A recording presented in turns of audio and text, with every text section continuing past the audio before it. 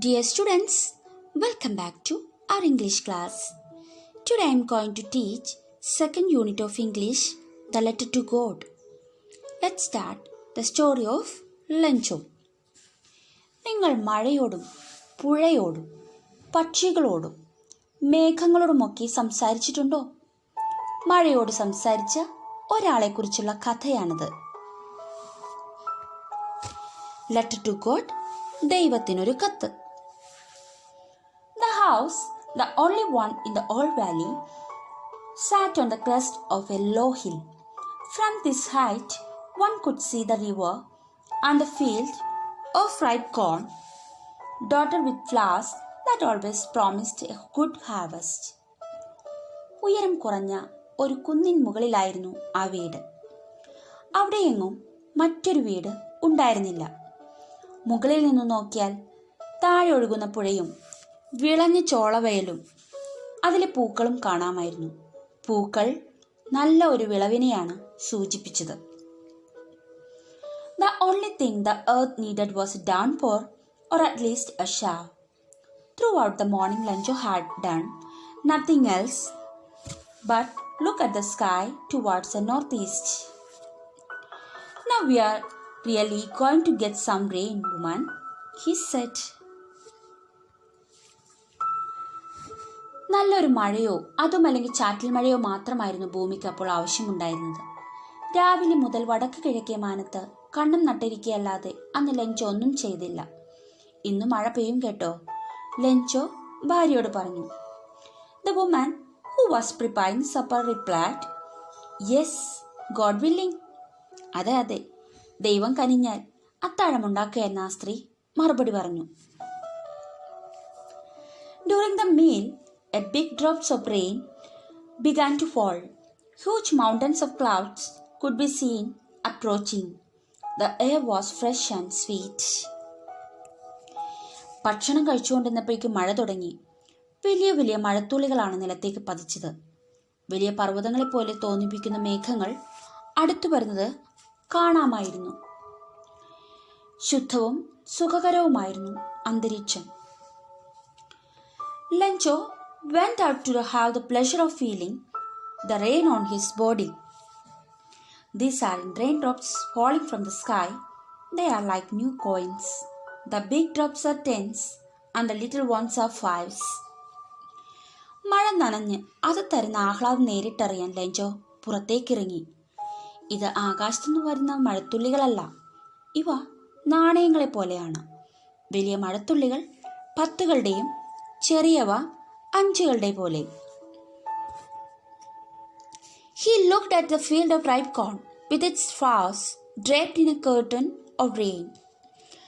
But suddenly a strong wind began to blow.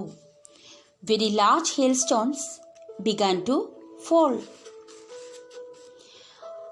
മഴയുടെ ആവരണത്തിൽ മൂടി നിൽക്കുന്ന ആ ചോളപുഷ്പങ്ങളെ ലെഞ്ചോ നോക്കി. പെട്ടെന്ന് വലിയ കാറ്റ് വീശാനും തുടർന്ന് ആലിപ്പഴം പൊഴിയാനും തുടങ്ങി. It's really getting bad now, exclaimed Lencho. I hope it passes quickly.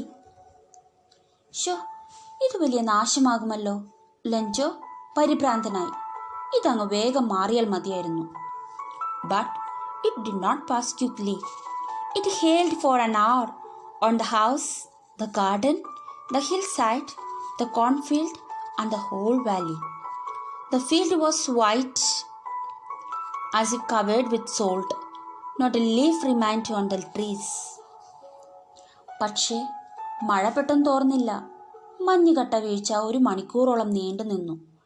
വീട്, പൂന്തോട്ടം, കുന്നിൻ ചെരിവ്, ചോളവയൽ എന്നു വേണ്ട താഴ്വര ആകെ ആലിപ്പഴം കൊണ്ട് നിറഞ്ഞു.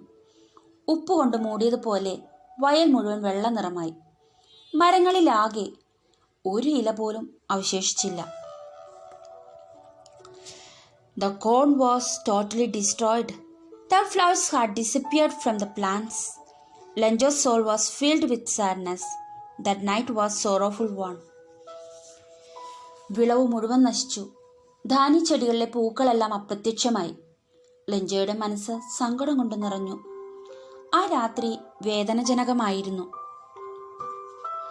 This year we will have no corn. There is no one to help us. We will all hungry this year. വിളവ് മുഴുവൻ നശിച്ചു. ധാന്യച്ചെടികളിലെ പൂക്കളെല്ലാം അപ്രത്യക്ഷമായി. ലഞ്ചയുടെ മനസ്സ് സങ്കടം കൊണ്ട് നിറഞ്ഞു.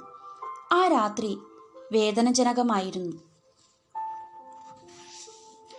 But in the hearts of all who lived in that solitary house, there was a single hope, help from God. All through the night, Lenjo thought only of his one hope, God. എന്നാൽ ഒറ്റപ്പെട്ട ആ വീട്ടിൽ കഴിഞ്ഞിരുന്നവരുടെ എല്ലാം ഹൃദയത്തിൽ ഒരേ ഒരു പ്രതീക്ഷയുണ്ടായിരുന്നു, ദൈവത്തിൻ്റെ സഹായം.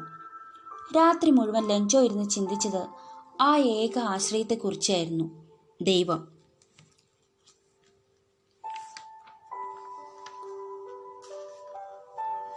Lenjo was an ox of a man, working like an animal in the fields. Still he knew how to write. The following Sunday, at daybreak, he began to write a letter. Lencho ഒരു കാളയെപ്പോലെയായിരുന്നെന്ന് പറയാം, വയലിൽ പണിയെടുക്കുന്ന ഒരു മൃഗം. എന്നിരുന്നാലും എഴുതാനും ലെഞ്ചോയ്ക്ക് അറിയാമായിരുന്നു. പിറ്റേ ഞായറാഴ്ച പുലർച്ചെ തന്നെ അദ്ദേഹം ഒരു കത്തെഴുതാൻ തുടങ്ങി. അത് ദൈവത്തിനുള്ള കത്തായിരുന്നു. Yes, it was nothing less than a letter to God. അദ്ദേഹം ഒരു ലെറ്റർ എഴുതാൻ തുടങ്ങി ദൈവത്തിന്. Dear God, if you don't help me, my family and I will go hungry this year. I need 100 pesos in order to sow my field again and to live until the crop comes. Because of the hailstorm you sent, everything is lost. Hopefully waiting, Lenjo. പ്രിയപ്പെട്ട ദൈവമേ, നീ എന്നെ സഹായിച്ചില്ലെങ്കിലും ഞാനും എൻ്റെ കുടുംബവും ഈ വർഷം പട്ടിണി കിടക്കേണ്ടി വരും. വീണ്ടും വിതയ്ക്കാനും വിളവെടുക്കുന്നത് വരെ ജീവിക്കാനും എനിക്ക് 100 പേസോ വേണം. അയച്ച മഞ്ഞുകട്ടകൾ സർവ്വതും നശിപ്പിച്ചു. പ്രതീക്ഷയോടെ കാത്തിരിക്കുന്നു, Lencho. He wrote to God on the envelope and went to the town. At the post office, he pasted a stamp on the letter and dropped it into mailbox. ദൈവത്തിന് എന്ന കവറിന് പുറത്ത് എഴുതിയതിനു ശേഷം ലെഞ്ചോ നഗരത്തിലേക്ക് പോയി. പോസ്റ്റ് ഓഫീസിൽ ചെന്ന് stamp വാങ്ങി ഒട്ടിച്ച് cover ബോക്സിലിട്ടു. The postman went to his boss laughing heartily.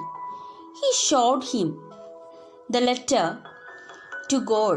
The postmaster also broke into a laugh, but immediately he turned serious. What faith! I wish I had the faith of the man who wrote this letter. Imagine starting up a correspondence with God. Postman ചിരിച്ചുകൊണ്ടാണ് മാസ്റ്ററുടെ അടുത്തേക്ക് ചെന്നത്. ദൈവത്തിനെന്ന വിലാസം എഴുതിയ കത്ത് postman അദ്ദേഹത്തെ കാണിച്ചു. Post മാസ്റ്ററും ചിരിയിൽ പങ്കുചേർന്നു. എന്നാൽ പെട്ടെന്ന് മാസ്റ്ററുടെ ചിരി മാഞ്ഞു. എന്തൊരു വിശ്വാസമാണിത്! ഈ മനുഷ്യൻ്റെ അത്ര വിശ്വാസം എനിക്കും ഉണ്ടായിരുന്നെങ്കിൽ ദൈവവുമായിട്ടുള്ള കത്ത് ഇടപാട് തുടർന്നാലോ. The postmaster came up with an idea. Send a reply to Lencho from God. But he needed something more than goodwill, ink and paper to answer the letter. He took a collection from the employees of the post office. He himself gave a part of his salary. Post master ഒരാശയം മുന്നോട്ട് വെച്ചു. ദൈവത്തിൻ്റെ മറുപടി ലെഞ്ചോയ്ക്ക് അയക്കുക. എന്നാൽ മറുപടിക്ക് കടലാസോ മഷിയോ മാത്രം മതിയാവുമായിരുന്നില്ല. അദ്ദേഹം post office ജീവനക്കാരിൽ നിന്ന് ഒരു തുക സമാഹരിച്ചു. തൻ്റെ ശമ്പളത്തിൻ്റെ ഒപ്പം ഒരു പങ്കും അതിനോടൊപ്പം ചേർത്തു. എന്നിരുന്നാലും 100 പേസ തികയ്ക്കാൻ അദ്ദേഹത്തിന് കഴിയുമായിരുന്നില്ല. കൃഷിക്കാരന് 70 പൈസ അയക്കാനേ അദ്ദേഹത്തിന് കഴിഞ്ഞുള്ളൂ. ഒരു കവറിൽ തുകയിട്ട് അതിൽ ലെഞ്ചോയുടെ മേൽവിലാസവും എഴുതി.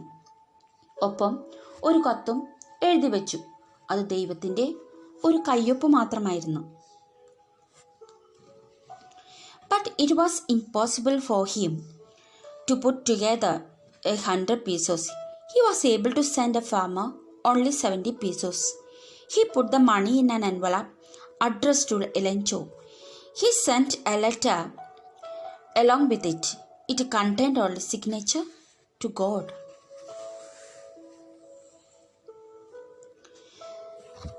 The following day, Lencho went to the post office earlier than usual. He asked the postman if there was a letter for him. The postman handed a letter to him. The postmaster looked from the doorway on his office.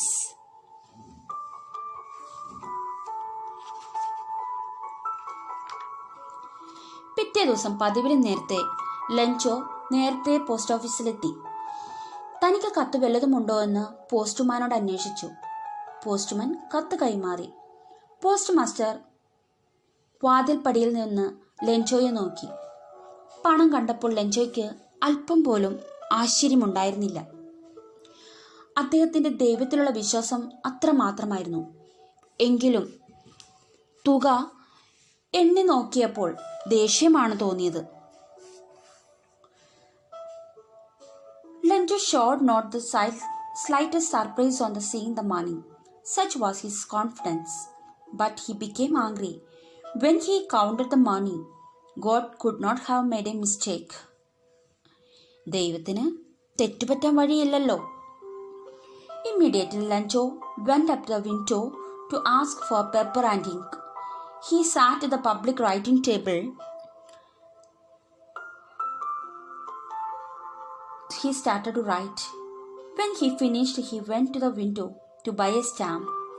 He licked the stamp and then affixed it on the envelope with a thumb on his first. The moment the letter fell into the mailbox, the postmaster went to open it. വൈകാതെ ജനലിന് സമീപത്ത് ചെന്ന് ലെൻചോ കടലാസും മഷിയും ആവശ്യപ്പെട്ടു. പൊതുവായുള്ള എഴുത്തുമേശയ്ക്കരികിലിരുന്ന് കത്തെഴുതാൻ തുടങ്ങി. പൂർത്തിയാക്കി കഴിഞ്ഞപ്പോൾ stamp വാങ്ങാൻ വീണ്ടും കൗണ്ടറിനടുത്ത് ചെന്നു. സ്റ്റാമ്പ് നക്കി കവറിൽ മുഷ്ടി കൊണ്ട് അമർത്തി ഒട്ടിച്ചു. ബോക്സിലേക്ക് കത്ത് വീണ ഉടനെ പോസ്റ്റ് മാസ്റ്റർ അതെടുക്കാനായി ചെന്നു. അതിങ്ങനെയായിരുന്നു: Merciful God, of the money that I asked for, only 70 pesos reached me. Send me the rest since I need it very badly. But don't send it to me through the mail because the post office employees are a bunch of crooks. ദയാലുവായ ദൈവത്തിന് ഞാൻ ആവശ്യപ്പെട്ടതിൽ 70 പേസോ മാത്രമാണ് എനിക്ക് കിട്ടിയത്. അത്യാവശ്യമായതിനാൽ ബാക്കി അയച്ചു തരണം. പക്ഷേ പോസ്റ്റലായി അയക്കരുത്. കാരണം കള്ളത്തരം പിടിച്ചവരുടെ ഒരു കൂട്ടമാണ് ഈ പോസ്റ്റ് ഓഫീസ് ജീവനക്കാർ എന്ന് ലെൻചോ. ഇങ്ങനെയാണ് ഈ കഥയുടെ ഇതിവൃത്തം എന്ന് പറയുന്നത്. ഒരു ലെൻചോ എന്ന മനുഷ്യൻ്റെ ദൈവത്തിനോടുള്ള അമിതമായിട്ടുള്ളൊരു വിശ്വാസമാണ് ഈ കഥയിലൂടെ നമുക്ക് മനസ്സിലാക്കുന്നത്. എല്ലാവർക്കും മനസ്സിലായെന്ന് വിചാരിക്കുന്നു. നിങ്ങളെല്ലാവരും തന്നെ അതൊരു 5 times റീഡ് ചെയ്യണം. Okay, I hope you guys all of you understand this topic. This is Raksha teacher signing off today's English class. Thank you.